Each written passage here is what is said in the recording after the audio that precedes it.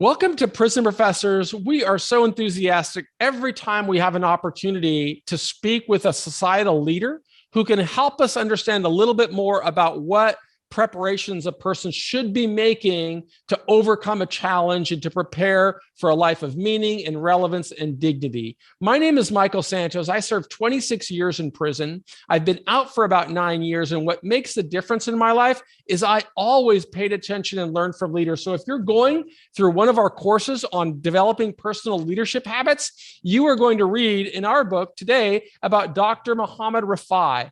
Rifai, a really distinguished medical doctor and psychiatrist and business leader. And we're going to just have a conversation. He's agreed to volunteer time with us to share his story, but also work closely with us in developing a lesson that we hope can teach and influence tens of thousands of people. So there's our brief introduction, Dr. Rifai. Thank you so much for getting up early and spending time with me on a Saturday morning in February 2022. How are you doing?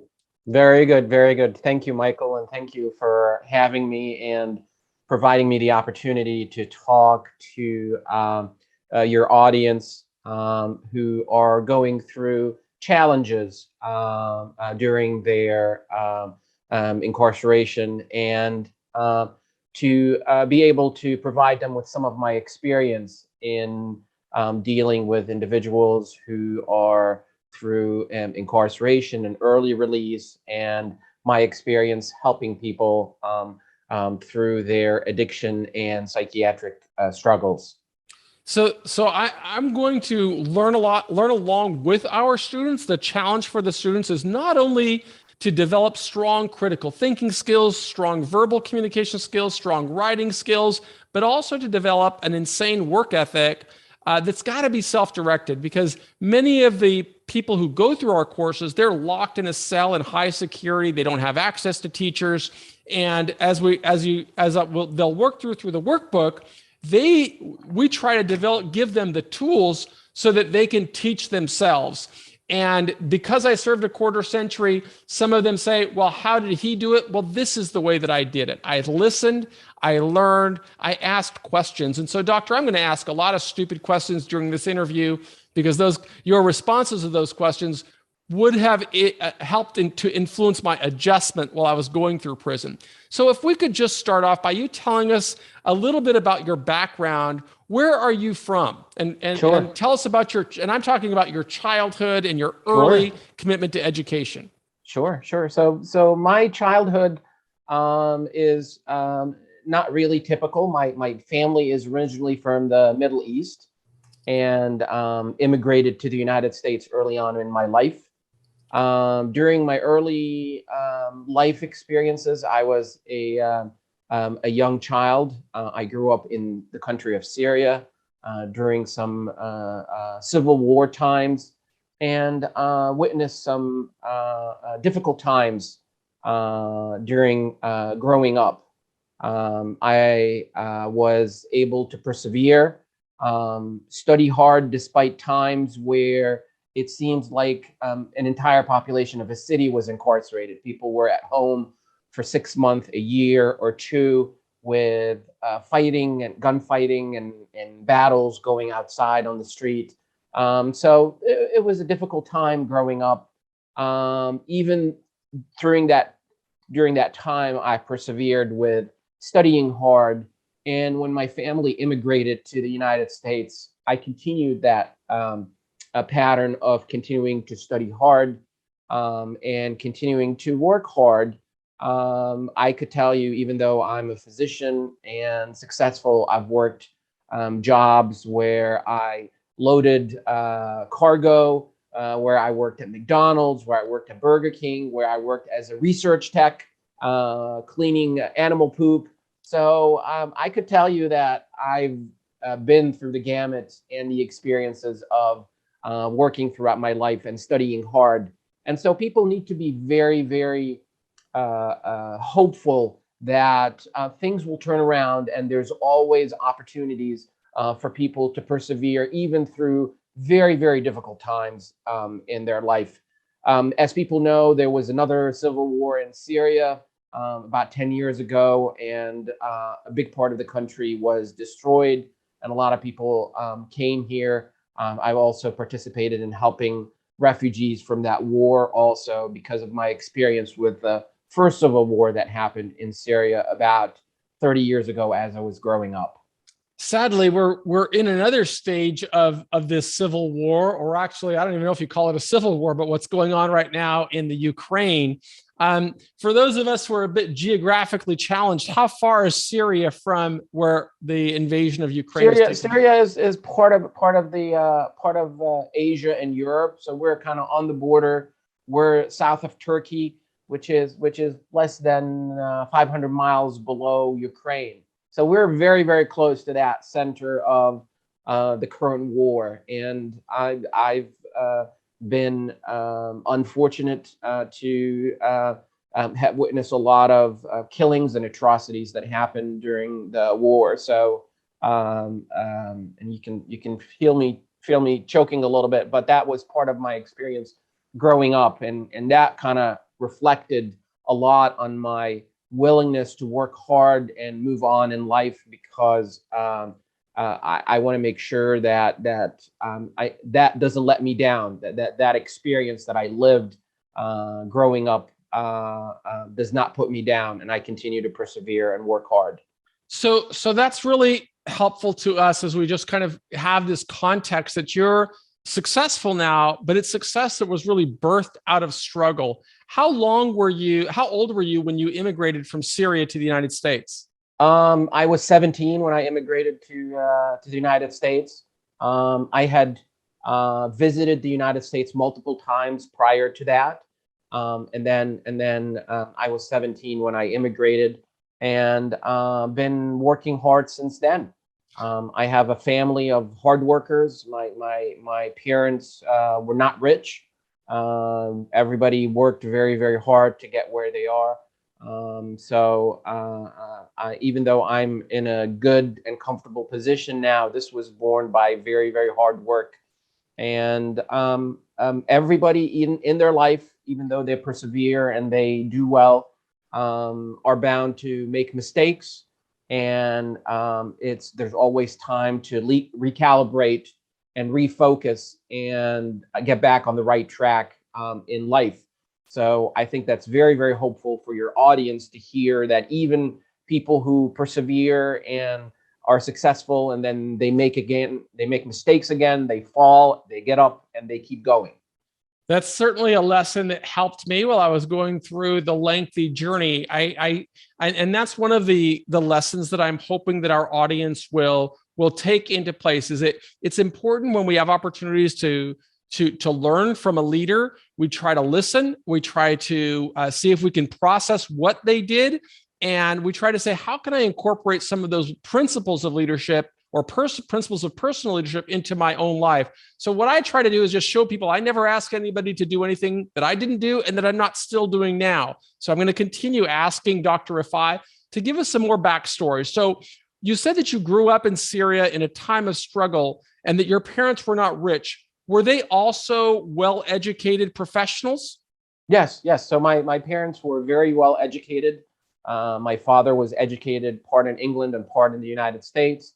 My mom is an architect, and they instilled in us the love of science, the love of learning, even through hard times.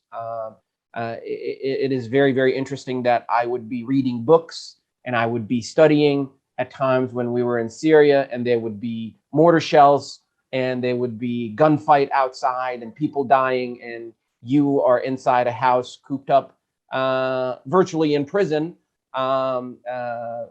while you are studying very, very hard, studying mathematics, studying history, studying social sciences to advance in your studies and be able to advance your passion in life. And I always liked medicine. I was always passionate about being able to help people and being able to talk to people and convey a message of hope, convey a message of perseverance.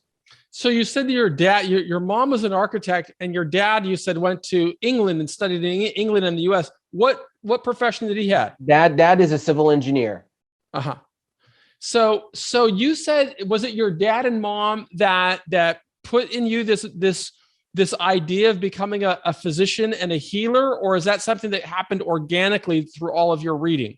I think part of it organically, part of it is I had a cousin who was a psychiatrist and who also did study internal medicine and addiction medicine. And she was a great role model for me because she persevered and she was able to kind of pave the way. That's kind of where my interest in psychiatry came from. And as I've studied more and developed more, I was more interested in psychiatry and addiction medicine. So let's go there a little bit slower, because I think a lot of people in our audience may not have had that level of influence and role model in their life, and that's what you would have become to me. I'm a son of immigrants. My father escaped from Cuba, didn't have an education, but what he did have is a hard work ethic. Unfortunately, I went astray, made bad decisions that led me into prison for 26 years. But while I was there, I always looked to people like you and tried to figure out, well, what's different? And really, as you just described, living inside of a war-torn country is very much for people that start in a high-security penitentiary. It's similar. There's violence, there are gangs, there are constant pressures. But if a person can learn from Dr. Rifai, the person knows, if I can learn to fall in love with a book, I can change my life. And you fell in love with books and learned that you had a love for medicine. You found role models that it inspired you to want to learn more about psychiatry and substance abuse treatment. But what is the process? Like, you come from Syria at 17. I imagine you had to graduate high school in the US, or did you graduate high school in the Syria? US? Yes, in the US. So what was your knowledge of English when you came? Very, very little. As you can tell, I now speak it very clearly. So I had to teach myself from scratch how to be able to speak clearly, and I had to practice very, very hard. So that's really helpful, because I'll give you kind of a crude analogy, is when I went to prison, the language is different. That, we could have a very limited vocabulary, and as long as we could master a few profane words and speak aggressively and angrily, that's kind of the language of the penitentiary. But Dr. Rifai said that he came speaking a totally foreign language, but invested himself heavily to develop knowledge of English, both in reading and writing and speaking, and that made a huge difference in his life. And I would recommend that everybody that's going through these courses pay attention to the lessons where we really emphasize the importance of developing strong writing skills, a great vocabulary. What was it like for you how long did it take you before you became fluent in reading academic work and scientific work, but also reconveying it, putting it in your own words and sharing it with others? It was very, very important for me to be able to excel in being fluent in English, because I wanted to be able to convey information. I wanted to be able to excel. I had to teach myself. In Syria, the other foreign language that students learned was French. And so it was very, very important to be able to transition from French to learning English and be able to be clear in my pronunciation. So I would spend nights kind of clearing up my pronunciation, making sure that I spoke with no accent, and being able to be a clear communicator. And I think that helped me a lot because practice and practice and practice can make perfect.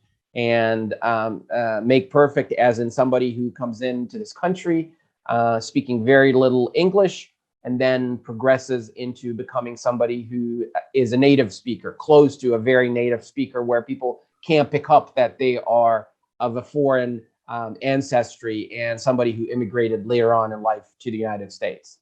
And so that's a very clear example of personal leadership. It takes work, it takes commitment. You've got to want to do it. And even as a 17-year-old boy, Dr. Rifai understood the importance of developing a strong vocabulary, strong enunciation skills. And even if you're living in a prison and you don't have access to mentors, you can work on that same skill yourself. The trick I use, and I learned this from reading the book of Malcolm X, it taught me the importance of developing a vocabulary.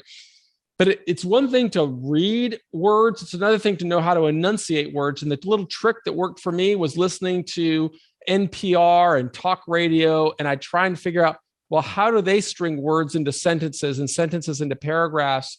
And how can I mirror their cadence and the way that they spoke, the tone, the way they might change at a certain time or try to make an emphasis at another time. These are lessons that I learned. I think that you can also hear they were important to Dr. Rifai. What year did you graduate high school? I graduated high school in 1990. Real follow up on that 1990, when you graduated high school, did you even then have a really clear understanding that I'm going to advance my education beyond high school into undergraduate school, graduate school, professional school? Tell us your motivations at that young age. I was always motivated to work hard.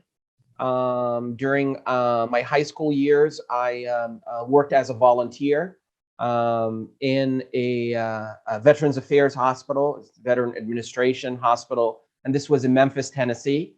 I worked very, very hard to be able to gain a little bit of knowledge about the medical system and how things go in a medical system. I also was lucky that I was able to volunteer also in a research laboratory, working with research animals and working with scientists who were at that time in the early stages of studying the way the brain works with different neurochemicals in the brain. And that's part of the work that led me to where I am in terms of becoming a physician and being able to work with individuals who are having psychiatric issues and addiction issues and be able to be successful in explaining how the brain works and how we can help people change some of their behavior and change some of the neurochemistry in their brain. So when you graduated high school, could you tell us the process of how you advanced to undergraduate school? What was your process as far as identifying a school, qualifying to get into a school, and what your motivations of study in undergraduate school? Lots of hard work, lots of studying, lots of volunteer work for things that sometimes people see as menial. I talked about being in charge of research animals and cleaning animal poop. I've done that. But some of the practical thing I'm talking about, you graduated high school in 1990. Where did you want to go to school, for example? What was the next step? The next step would be applying for college. Where that's what I'm asking. Where did you apply and why? Wherever, so people apply as close as they want to be. So the University of Virginia. Is that where you went to school? Yes. So you were living in Memphis, is that right? Yes. And then transitioned to the University of Virginia in Charlottesville, and subsequently ended up in the medical school in Charlottesville and doing residency in Charlottesville. So the reason I'm asking these questions is because in prison, we serve, the prison system is big. And, in the United States, we have like 3,200 different counties. And probably if you just take an average of at least 20 facilities in each county, we're looking at more than 6,000 correctional facilities across America. And sometimes a person wants to position himself to go to a place that will be the most accommodating for him to advance his education. That's what I was trying to get at, is you grew up in Memphis, but you chose to go to Virginia to study. Why Virginia?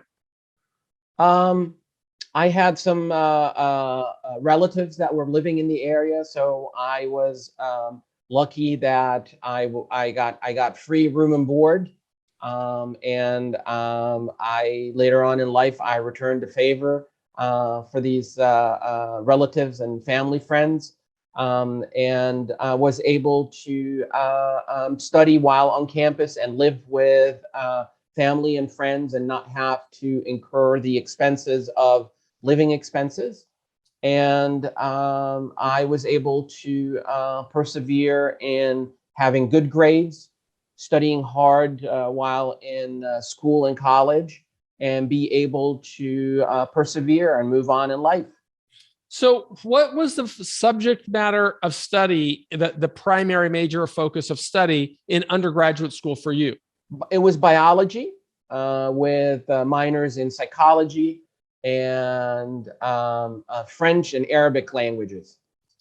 And could you tell us about the grades that you earned in undergraduate school? My grades were all high grades,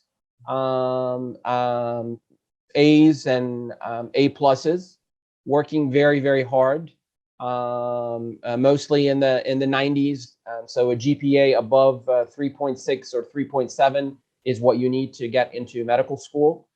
And you subsequently have to take the medical college admission test, the MCAT, to be able to get into medical school and persevere.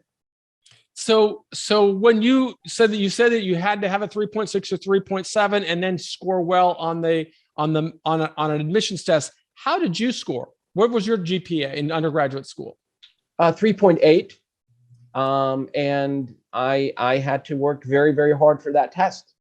So that's that I really wanted to bring that out, because a lot of times in prison, people focus on the wrong things. They'll just focus on getting a certificate if they and they'll go to a GED class, for example, without a real full understanding that that's just a first step to get that certificate, because administrators may say, oh, you have to get a GED exam or GED certificate in order to live in a certain housing unit, in order to get good time, in order to work in a certain job. But I want people to understand, when we're listening to a master, a leader, they don't just put the minimum in to get a certificate. He understood, what does success look like? For him, a best-in-class performer, it's above a 3.6, and you heard he got a 3.8. He also knew that he would have to take a test to further qualify him. And so he studied hard and worked hard. And there's little building blocks that get there.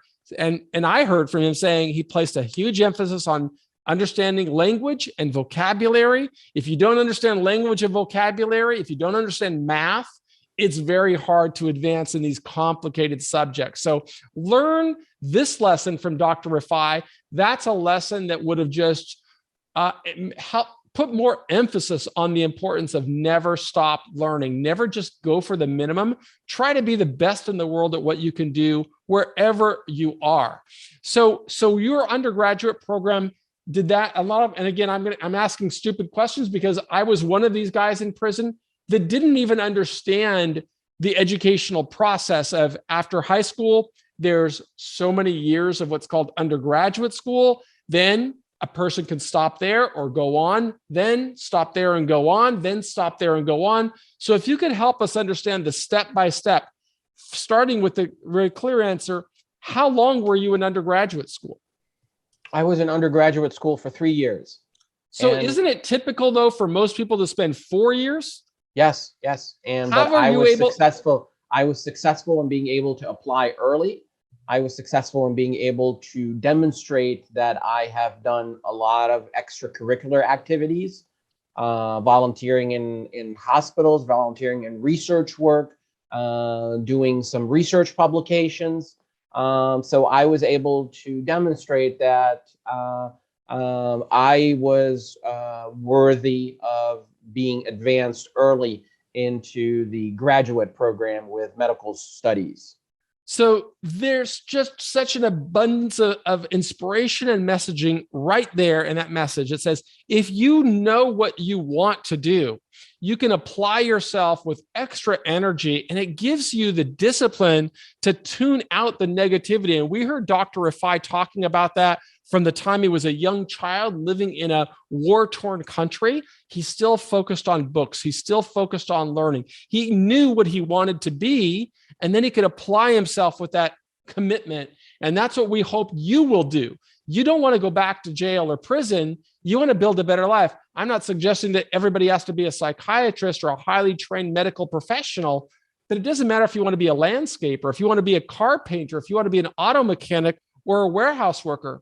Try to be the best in the world at what you do, and develop every resource that will advance your candidacy for success. So that's what you see. I'm still trying to do that. You can see I'm not asking you to do something I'm not doing. I'm listening, I'm processing, I'm figuring out what could I do if I were in jail. Wow, I just learned the importance of learning about vocabulary, learning about math, learning how to develop these basic fundamental skills, but not just for the certificate. I got to get to the next level. Once you got out of undergraduate school in 3 years, doctor, what was the next step on your pathway to becoming a physician? The next step on the pathway is medical school and being able to persevere in medical school. Medical school is very, very hard, very intensive, lots of work, lots of studies. You have to learn about the human body, the human brain. You have to learn about how it works. It's chemistry, it's physiology, how we can keep people healthy, how we can alleviate people's suffering, both physical symptoms as well as brain symptoms. And my interest was mostly in working on the brain, because some of the research that I had done was mostly working on the neurochemicals that work in the brain. I was always interested in talking to people, inspiring people, motivating people to change. And that's part of what led me to be interested in doing residency training after graduating from medical school in Before we psychiatry. get that's another step. So you're not saying, well, I'm going to go through those. Let me ask you some other questions on it. So that medical school training, how you did, so we did 12th grade of high school, didn't Yes. want to stop, went on to go to 4 years of undergrad school, but he completed it in 3 years, which means he worked overtime, Yes. volunteered, did everything he can, understood he wanted to advance to the next level, to medical school. How long was medical school? Medical school was 4 years, 4 long years of hard work, lots of exams. Every month you'd have lots of exams, lots of quizzes, lots of studying. And then there are 2 exams that you have to take during medical school. They're called the United States Medical Licensing exams. And those were very, very hard exams that we had to take when I was in medical school. So always holding himself accountable. We just heard the importance of regular testing and understanding, am I advancing? And were those tests to you, did you view those monthly tests and those 2 big exams as being burdens, or perhaps accountability logs that are telling you, hey, this is where I'm strong, this is where I'm weak? Help us understand the relationship between those tests and those exams and your ability to keep moving forward. So the tests are always barometers of how you're doing. The small quizzes that you do, the practice tests that you do in schooling are always barometers and readiness measures for a person to be able to tell whether they are ready for the big test, whether they're ready for the licensing exam. So always being able to do tests, always be able to practice tests, always being able to work on bettering yourself with extra readings, with extra knowledge, and being able to do extra practice tests when other people took days off on weekends. I would study, I would work hard, I would do volunteer work. So even in medical school, it was a grueling 4 years of intense work to be able to excel and be able to get where I wanted to be in life. There was a book I read when I was incarcerated. It was called The Future of Imprisonment by Dr. Norval Morris, who later became a mentor of mine by doing what I'm doing with Dr. Rifai right now, is I just reached out. Hey, I want to learn from you. Would you come into my life and perhaps give me some guidance? And we're so fortunate to be able to listen to a true master who's not only talks about it, but truly did it. One of the lessons that Dr. Morris taught me, well, I read about in his book, which inspired me to write him, is he believed that people in prison should be able to rise to their level, that the highest level that they want to achieve. And he said, whether that person wants to become a janitor or a brain surgeon, we should create a system that says it's never too early, it's never too late for somebody to work to be a contributing member of society. I learned that lesson by reading a book, writing a letter, having the person become a mentor to me, and that inspired me to do the journey through prison. I hope that you are listening to Dr. Rifai, who's so generous in spending his time not only speaking to us, and he's speaking to a guy that did a quarter century in prison, but also working closely with us to develop the lesson plan. This lesson plan is not a toy. We want you to use it to learn. So after 4 years, grueling years of medical school, you'd mentioned some other form of training. I presume you had to pass that, not only the 2 hard tests, but then, or maybe that's the final exam that takes us to the next level. There's never a final exam. Life is a full set of exams, lifetime learning. I continue to take exams even to this day.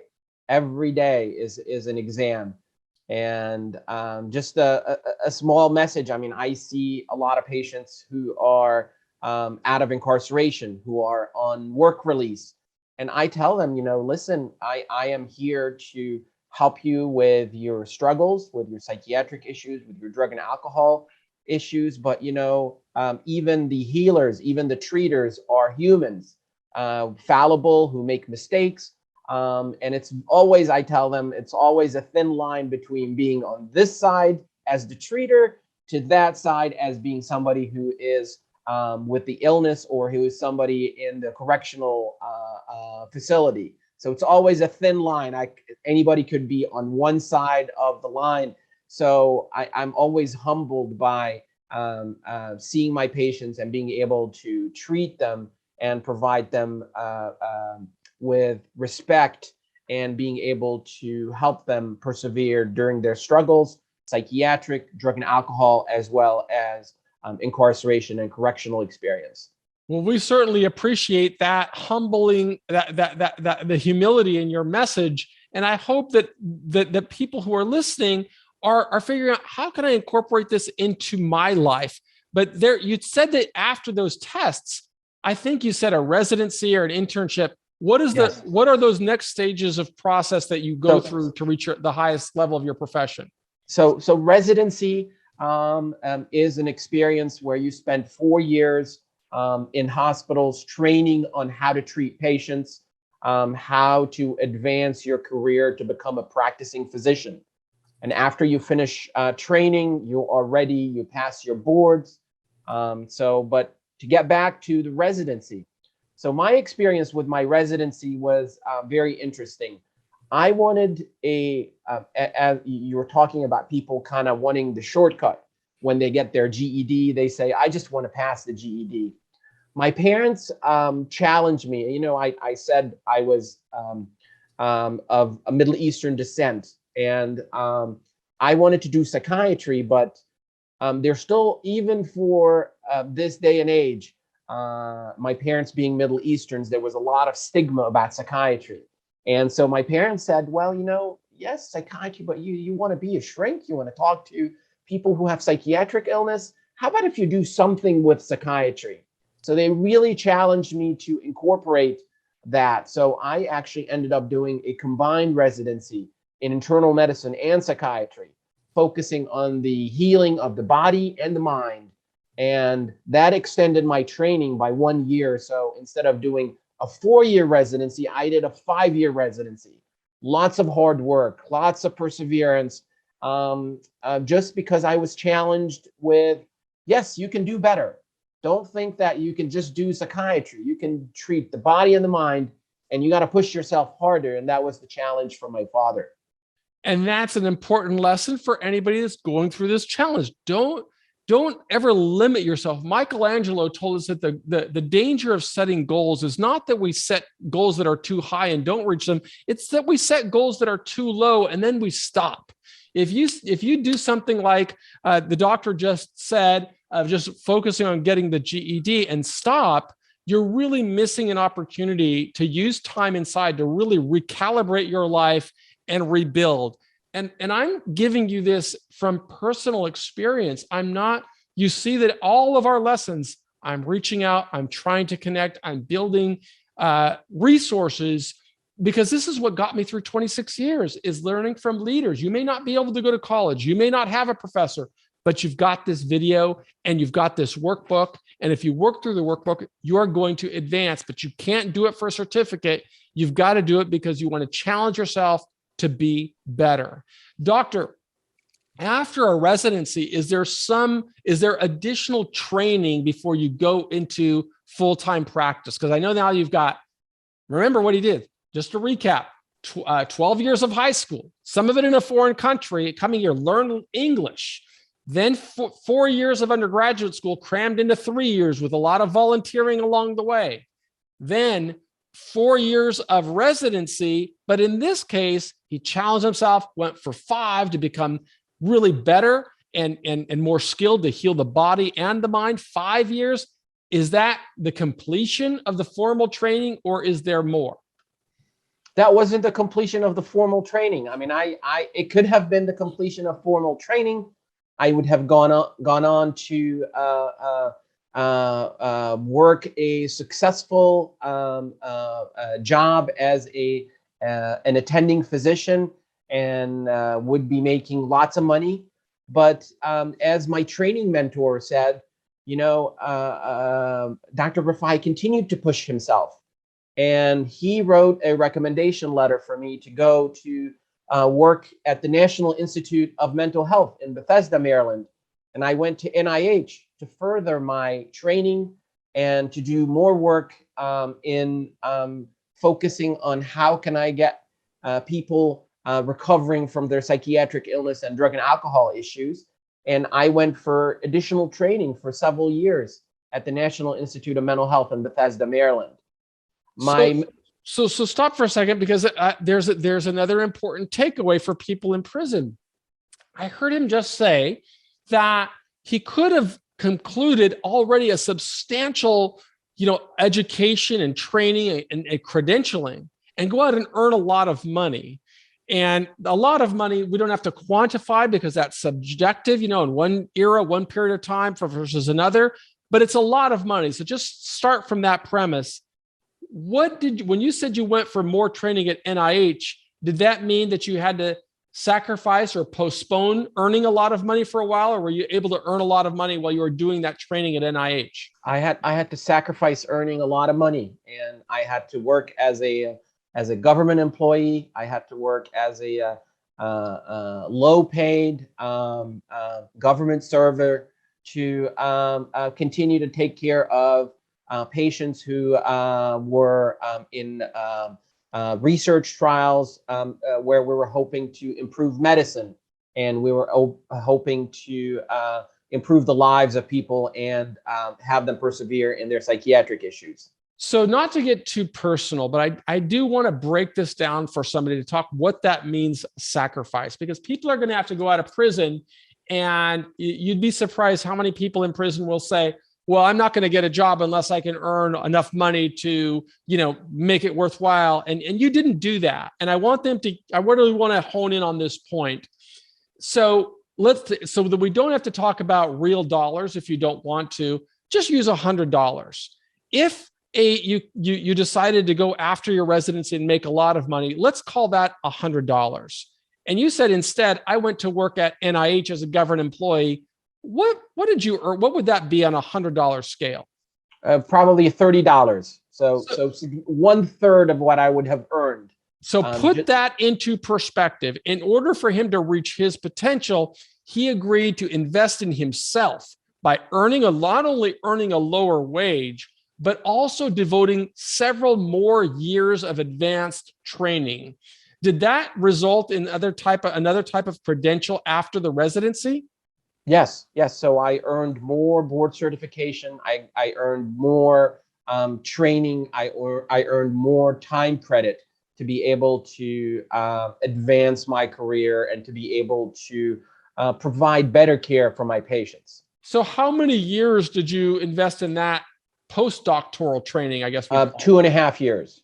And was that the end of the formal training before you went into the profession?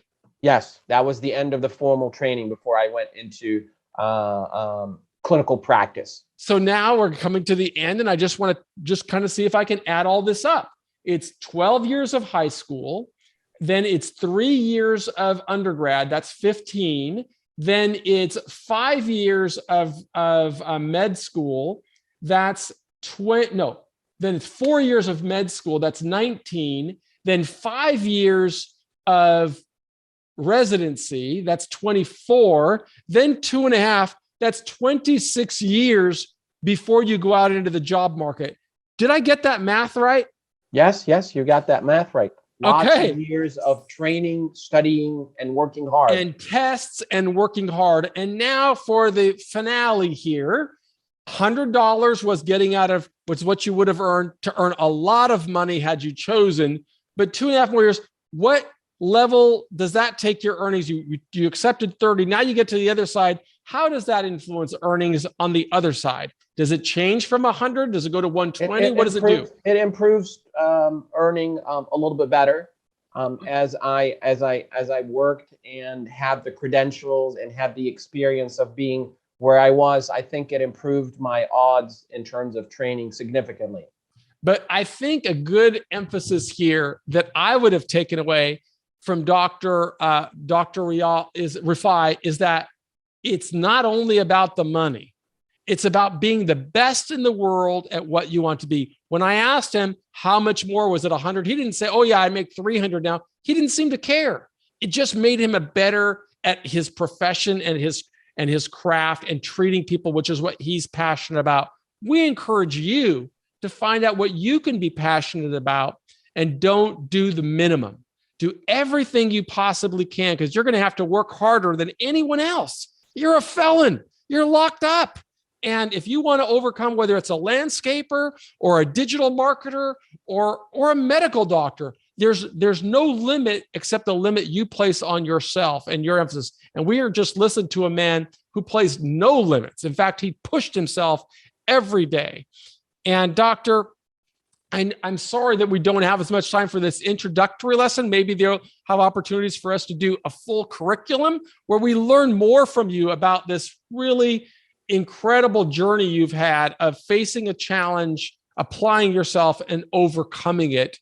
But I don't want to be the one to close us out, even though we only have these hour lessons.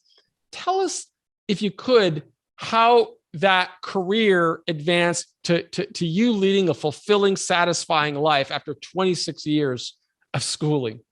I've been in private practice now for almost 20 years, and it has been a successful and fulfilling career in terms of being able to help people.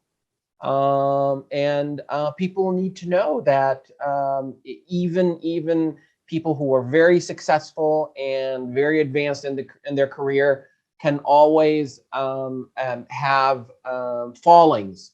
And it's always very important that if you fall, that you get up and keep going, that if you make mistakes, that you really own up your mistakes and be ready to move on in life and be able to continue to get back to your passion or to do the things that you like and be able to retool, get back to your basis, and then be able to retool and relaunch again in life and be able to persevere and get back where you want to be in life. Well, I can tell you that had I been in prison, and I listened to this course, I could see all the ways that Dr. Rifai's story aligns with the basics of our course. And doctor, if it's okay, I'd just like to, because I always tell the people, this is how I learn.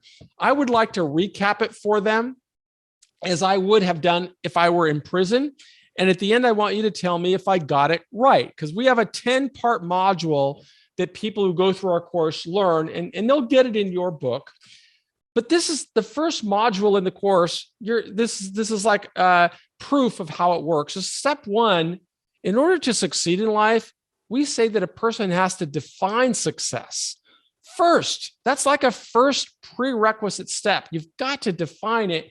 And I heard that in Dr. Rifai, because as a young boy living in a war-torn country, he understood, I want to live a life of meaning and relevance and dignity. Through books, he learned I would like to be a physician and a psychiatrist. He learned that by being inspired, I think, by his cousin. He'll correct me if I am wrong, but this is an example of listening. Number two, what's the second module? Well, if he knows what he wants, then he can set very specific goals along the way. Not ambiguous goals, very specific goals. And what I heard Dr. Rifai say is he knew he had to develop a strong command of English, and he worked hard because he didn't even speak the language. So there's no excuse for anybody that doesn't invest in developing strong communication skills, verbal skills, writing skills, thinking skills. They all relate to one another. Those are the building blocks of becoming successful. Define success, set clear goals that align with the way you define success, and then you can embark upon the 8-part course. We heard Dr. Rifai speak about these prerequisites he had to take through 26-year journey of education, and that's the same thing here. Prerequisites. First, define success if you're in a jail cell. Second, set goals of what you can do. Dr. Rifai couldn't have done his postdoctoral training unless he got into undergraduate school. He chose to go to the University of Virginia and studied biology. So what does that mean? You got to have the right attitude, okay? If you don't have the right attitude and you're doing this for a certificate, you're going to be destined to the mediocrity of most people in prison, or possibly a return trip to prison. If you want to reach your highest potential, you got to have the right attitude. That's where it starts. That's how you break away from the bad problems. 4 rather. Then you've got to have an aspiration. We know that Dr. Rifai had the right attitude, as evidenced by his video. But what about an aspiration? He always saw himself as being the best in the world at what he wanted to do. We heard him say that he didn't only go to residency in psychiatry, but in order to push himself harder, he also studied internal medicine, right? He aspired to treat the mind and the body, and he invested himself to do it, which is module 5. You've got to take action. You can't talk about it. You can't fake it. The world doesn't succeed through happy talk. It requires action. And we heard a lot of action in this master today. 6, you got to hold yourself accountable. I heard him talk to us about the importance of tests and quizzes. Life is filled with tests and quizzes and barometers for success. And listening to him, I would have said, it's on me to figure out if I'm ready. And if I'm ready, I could figure out what I have to do to graduate 4 years of school in 3 years. Number 7, after you hold yourself accountable, you've got to stay aware. We heard him talk about the importance of awareness by keeping his head in the game. He understood, if I want to be a doctor, I'm going to study biology. If I want to be a doctor, I've got to get into pass the MCAT and earn GPA. He was aware of the challenges ahead, and he prepared himself. But we also heard the second prong of awareness in our 7th module, which is you make the world aware of him. When he graduated from his residency, we heard him say that one of his mentors recognized how hard he worked and said he's always pushing himself, and recommended him to the NIH. So you become aware of opportunities, but the harder you work, the world becomes aware of you. Number 8, you got to be authentic.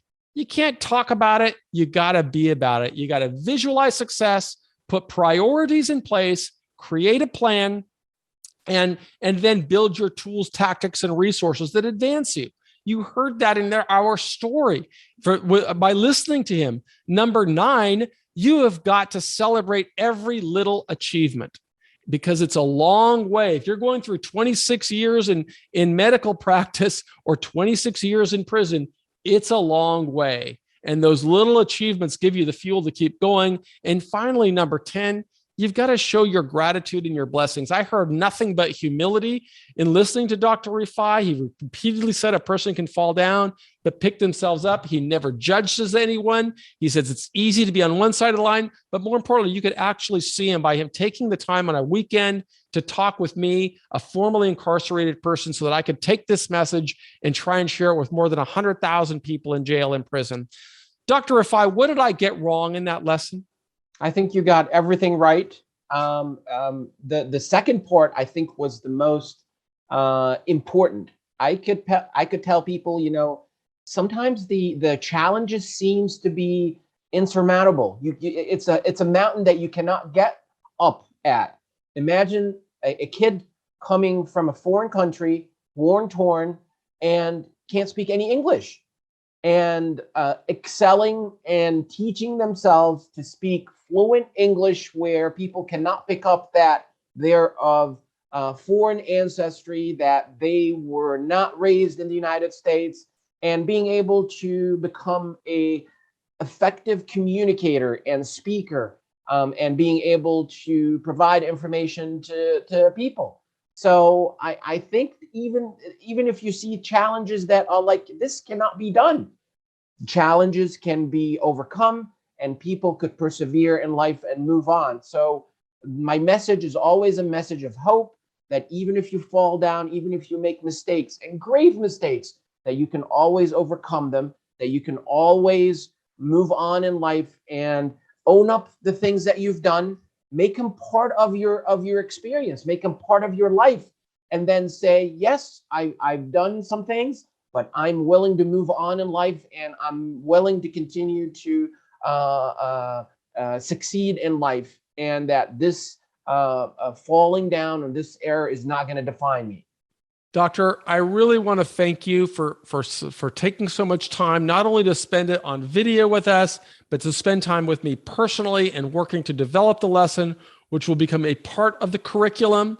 We do hope that you will work hard to train yourself, and the only way that we can honor Dr. Rifai for the time that he volunteered with us is to do the work. You've got to be willing to work as hard on yourself as Dr. Rifai worked on himself. Nobody should work harder than you to pick yourself up. That's what made all the difference in my life. I never ask anyone to do anything that I didn't do. And that's why want to express my gratitude and appreciation to you personally. I'm going to ask those in our audience to show their respect by working hard through the lesson that we create, and then take the next step. Go on and advance your education. Continue working to be the best in the world at what you can possibly be. I am Michael Santos, and on behalf of our entire team of prison professors, I want to thank Dr. Rifai. You are now a prison professor. Thank you.